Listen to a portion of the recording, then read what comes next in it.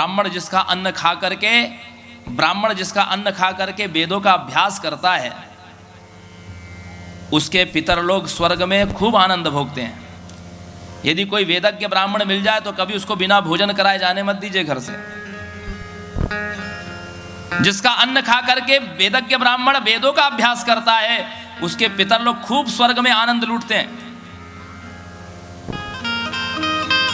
और सुवासिनींश्च विप्रांश्च पूजयेच्च भोजयेच्च यः। सौभाग्यवती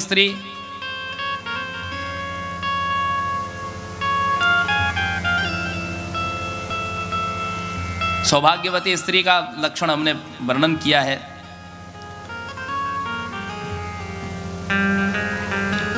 जिसको देख करके आपके मन में पवित्र भाव आए। मैं किसी के परिधान पर आक्षेप नहीं कर सकता कि कैसे किसने वस्त्र पहनने चाहिए, किसने कैसे वस्त्र नहीं पहनने चाहिए। यह मेरा अधिकार का क्षेत्र नहीं है, मैं नहीं बोल सकता इस विषय में। लेकिन इतना जरूर कहूंगा कि जब मैं मंदिर में देखता हूं तो मेरी माँ, मेरी जगदम्बा साड़ी पहनी हुई है, उसके माथे पर बिंदी है, उसके सीमंत में सिंदूर है, उसके गले में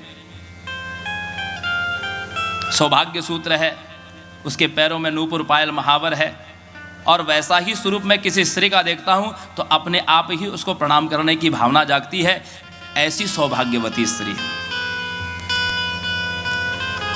मेरी परांबा पराशक्ति जींस पैंट नहीं पहनती। फिर कहूंगा मेरी बहनें बेटियां, उनके लिए तो सब ठीक है। जो भगवती का स्वरूप आप जो मंदिर में बैठा करके रखा है, वैसा ही स्वरूप अपना बनाइए। देवो भूत्वा देवान् यजेत्। देवता बनकर के देवता की पूजा की जाती है। ऐसी सौभाग्यवती स्त्री का पूजन करना चाहिए। तस्य सिद्धिर्न संशयः। उसकी सिद्धि में कोई संशय नहीं।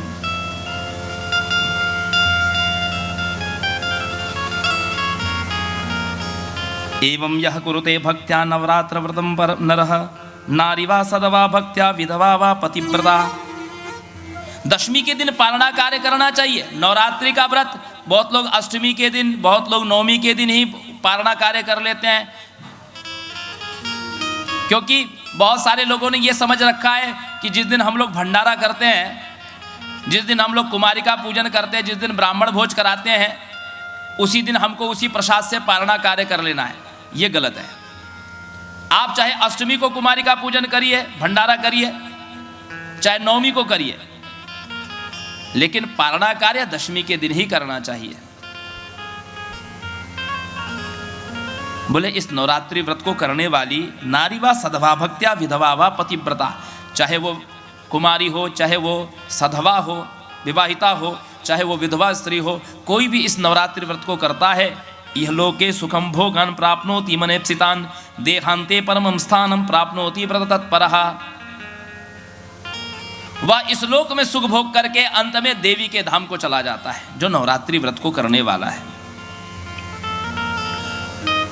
सुमेधा ऋषि से दीक्षा प्राप्त, मंत्र की दीक्षा प्राप्त की। जगाम सद्यस्तपसे सच वैश्य महामुने नदी पुलिन संस्थिता। नदी के तट पर आए और नदी के तट पर आकर के वर्षवेकम तपस्तत्र चक्रतु वैश्य पार्थिवौ शुष्कपलनाशनौ दांतौ जप ध्यान परायणौ। सूखे पत्ते खा करके 1 वर्ष तक मां का जप किया।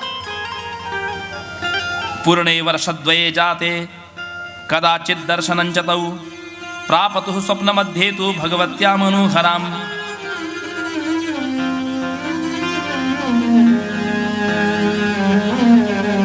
दूसरा वर्ष बीतते बीतते मां ने इनको स्वप्न में दर्शन दिया। सज्जनों माताओं, मां का 4 बार दर्शन हो सकता है। जो साधनारत है ना, सबसे पहला दर्शन उसको मां कैसे देती है? सबसे पहला दर्शन स्वप्न में होता है। पहला दर्शन स्वप्न में होगा। और दूसरा दर्शन कौन सा होता है? बोले दूसरा दर्शन सांकेतिक दर्शन होता है। माँ किसी रूप में आकर के, कोई स्त्री का रूप, कोई भिखारिन का रूप, कोई सन्यासी साधु का रूप धारण करके आ जाएगी, कोई कन्या का रूप धारण करके आ जाएगी और आपको दर्शन, ये द्वितीय दर्शन भाव है, सांकेतिक दर्शन।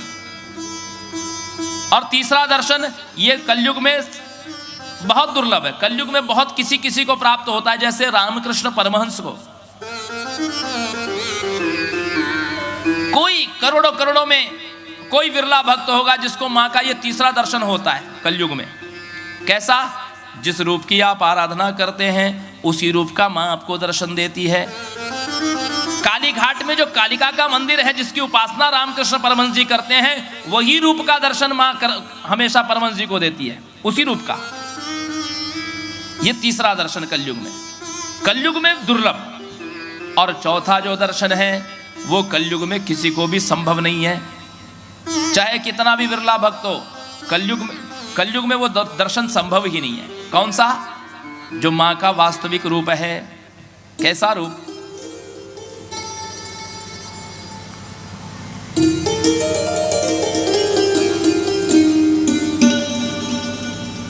पाशांकुशवराभीतिम करुणारस सागराम करुणारस संपूर्णा सच्चिदानंद रूपिणीम। चतुर्भुज रूप, एक हाथ में पाश, एक हाथ में अंकुश, एक वरद मुद्रा, दूसरी अभय मुद्रा, और सच्चिदानंद घन रूप, ये माँ का वास्तविक रूप। ये रूप का दर्शन कलयुग में किसी भी भक्त को संभव नहीं है। और आपके लिए इतना भी पर्याप्त है कि आप जीवन में उपासना कर रहे हैं, माँ ने आपको स्वप्न में भी दर्शन दे दिया, तो आप अपनी साधना में लगे रहिए। इसका अर्थ यह है कि माँ की नज़र आप पर है, आपकी बात बनने वाली है, आप लगे रहिए। और यदि आपकी भावना सर्वत्र उसी को ढूंढती रहती है, जैसे कामी ही नारी पियारी जिमी लोभी ही प्रिय जिमिदाम, जैसे लोभी व्यक्ति हर चीज में अपना फायदा देखते रहता है कि कहां से मुझे फायदा हो जाए, कहां से मुझे पैसे मिल जाए। लोभी व्यक्ति की हमेशा उसी पर दृष्टि रहती है, कोई भी काम करे वो बिना लाभ के काम नहीं करता। ऐसे ही साधक जहां भी उसकी दृष्टि पड़े उसको उसका साध्य ही नजर आता है। तो ऐसे साधक की दृष्टि से भगवती भी नहीं बच पाती।